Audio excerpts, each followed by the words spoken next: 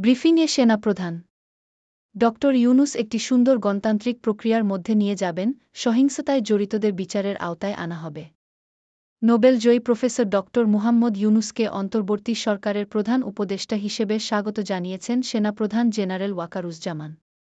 তিনি বলেছেন, আগামীকাল রাত ৮টার দিকে নতুন উপদেষ্টা পরিষদের শপথ আয়োজন হতে পারে। উপদেষ্টা পরিষদ ৫ সদস্যের মতো হতে পারে। বুধবার সেনাসদরে এক ব্রিফিংয়ে তিনি বলেন, ড মুহাম্মদ ইউনূস আমাদের সুন্দর একটি গণতান্ত্রিক প্রক্রিয়ার মধ্যে নিয়ে যেতে সক্ষম হবেন। সেনাপ্রধান বলেন, কিছুক্ষণ আগে ড ইউনূসের সঙ্গে কথা হয়েছে।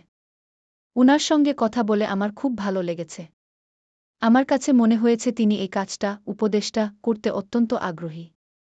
আমি নিশ্চিত তিনি আমাদের সুন্দর একটি গণতান্ত্রিক প্রক্রিয়ার মধ্যে নিয়ে যেতে সক্ষম হবেন এবং এ কাজে আমরা উপকৃত হব। তিনি বলেন, আমি দেখছি শিক্ষার্থী ও স্বেচ্ছাসেবকরা খুব ভালো কাজ করছে। রাস্তায় ট্রাফিক পুলিশ ছিল না, তারা ট্রাফিক নিয়ন্ত্রণ করছেন, রাস্তা পরিষ্কার করছেন, যেসব স্থাপনায় ধ্বংসযজ্ঞ চালানো হয়েছে সেগুলো পরিষ্কার করছেন। আমি তাদের অনুরোধ করব তারা যেন এই ভালো কাজ চালিয়ে যায়।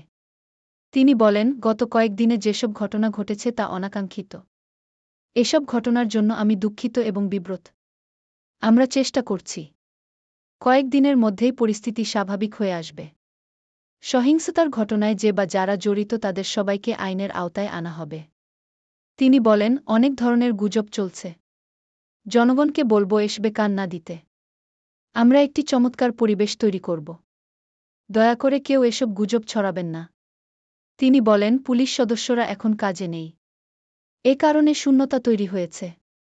এটা ৩ বাহিনী দিয়ে পুরোটা পূরণ করা সম্ভব না। পুলিশের পুনর্গঠনের কাজ চলছে। নতুন পুলিশ প্রধান নিয়োগ করা হয়েছে। ৩ বাহিনী সর্বদা জনগণের পাশে আছে এবং থাকবে।